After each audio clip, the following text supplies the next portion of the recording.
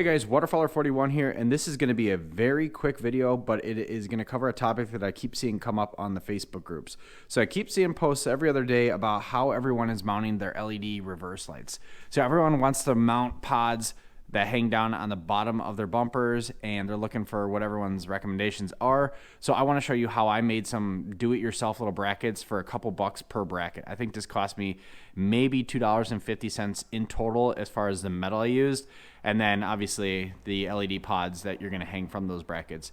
So this is one of my two SSC2 Diode Dynamics pods. So these are the little 2-inch, so it's basically 2 inches across, 1 inch high LED pods, and this is in the combo pattern, so I think it's flood and spot, maybe, not quite sure. But these new SS2 pods, along with their new SS5s, SS1s, all now have backlighting in it. So when I turn my truck on, I have this light right here wired up so that when I turn the truck on, along with my T-Rex little marker lamps that I have over above my license plate, this light will turn on, and the backlighting in there is red. And then when I hit the reverse light button on my aux beam controller, that the whole pod itself turns on. So it's the white light coming out. But when the pod itself is off, but the truck is on, it's got some red backlighting. And we'll take a look at that in a second.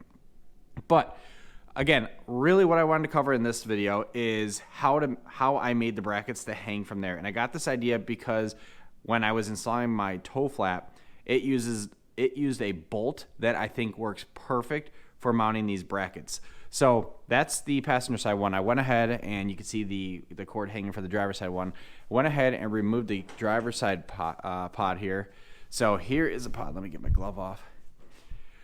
Okay, so here is my SS2 pod that normally lives right here, but I have it removed so we can take a look at the bracket I made.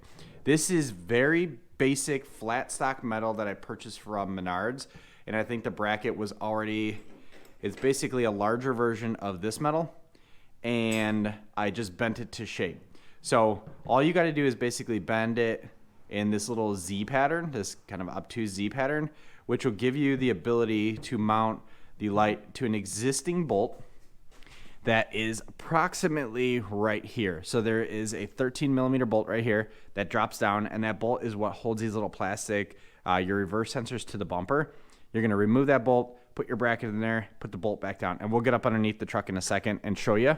But I know the next question is going to be, what are the dimensions of this bracket? So I went ahead and wrote them out so you guys have them.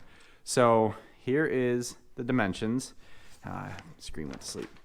Here are the dimensions for the bracket. So let's see if I can do this one-handed.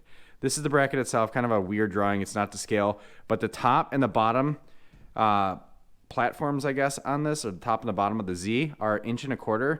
Then that middle section is about 1 7/8 inches, and the holes, so the hole on the top is 3/8 inches from the edge, and then the hole on the bottom is 1 inch from the back of the bracket, and then the overall height is 1 3/4. So bend this until you have the whole overall height at 1 3/4. Once you have it close enough to that, remember you have the bracket here, and you could swivel this guy all over the place.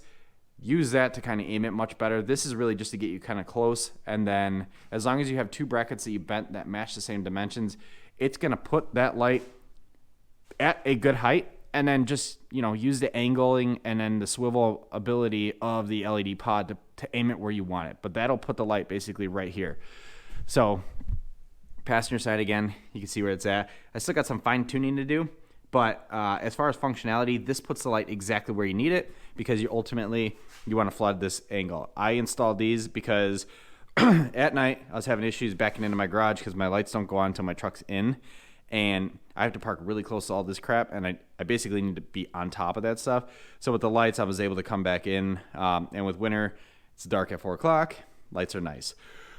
Okay, so this is the bracket, 1 1/4 inches on top, 1 1/4 inches here, 1 7/8 inches is this length, and then the overall height is 1 3/4 inches. So measure this, draw a line, measure this, draw a line, and then bend it until the overall bracket is 1 3/4 inches, and this will give you pretty close to exactly what my bracket's at. Fine tune it, do what you need to do to make it work with the pods that you're going to use. Again, I'm using the SS2 pods. These are sweet, but I know everyone has their own flavor of pods. I like these because the plug itself plugs right into the back here. There's not that big long whip on the back of the pods. But again, this is all, grabbed a whole bunch of other pieces of metal. So this is all from Menards. I think everything, not one of these pieces costs more than $2, but don't overthink it. This little Z bracket is all you need to get brackets up underneath there. And then one question that I know people who have been putting LED pods on these trucks for a while with reverse sensors is probably going to ask is, when you're backing up, having the LED pod that close to the rear sensor, is there interference between the two? And the answer is no. For whatever reason, I had that issue on my F-150 way back in the day when I had reverse lights, but these do not interfere with there. And once we get up underneath the truck, I'll show you how close this light and the wiring, the bracket and everything is to that sensor, but I had no issues with interference with this light and the sensors. All right, so we're up underneath the truck. This, again, is the passenger side one that's still mounted. This is the rear sensor. Here's the exhaust tip for reference. So if you look up on top of that plastic piece that where your reverse sensor is mounted, you see a bolt right here that's angled. You see a flat bolt in the middle, and then you see a third bolt way over here. So there's 3 bolts that are holding this little plastic piece on. They go through little clips here. So what you're gonna do is use a 13 millimeter socket or 13 millimeter wrench, and you're gonna remove that middle bolt. That middle bolt is the one that I have my brackets mounted to. Once you remove that, and after you've prepared your bracket, so make sure your holes are big enough so you can drop that bolt through, and then the holes are big enough so you can fit your bolt for your LED pod. Then you just go ahead and drop that bolt through the bracket and then just tighten it right back where it was at. That will put your bracket landing basically right here, and then you take your LED pod, mount it to your bracket, and then you're good to go. Then you just kind of aim it. So you can move it side to side wherever you want it. Again, you're limited by where the back end of the sensor's at, so you can really only go that way. You can't really come back towards the center of the truck. And then once you get the bracket where you wanted it, before you tighten down the bolt that holds the LED pod, aim that where you want it. And then again, you have the last adjustment of the actual pod itself that could swivel on its own bracket. So again, short video, but I did want to show you how I made my brackets because I think a lot of people are asking for this and a lot of people are looking for some ready-made solutions. So if you have some time and you're a little bit creative, you could definitely make this and it'll cost you less than $5. And then all you got to do is run the wiring up to wherever switch or however you want to wire it up for your reverse lights. I will leave a video in the description below showing you guys how I ran wiring to the rear of the truck for reverse lights. And then because these are on my DRL circuit, I'll also leave a video for how I set up the DRL circuit because there's 3 wires that go into these SSC2s. There's a ground, there's a power, and the power's for the white light. And then there's additional power, so this blue is for the backlighting on here. This blue light is tied into the relay that controls my Raptor or TRX style lights. So I'll leave a video for how I installed that DRL circuit. But power, ground, DRL circuit, and they rock and roll. So let's go ahead and hop out. I'll turn the lights off and then we'll fire the truck up and you can see what these guys look like.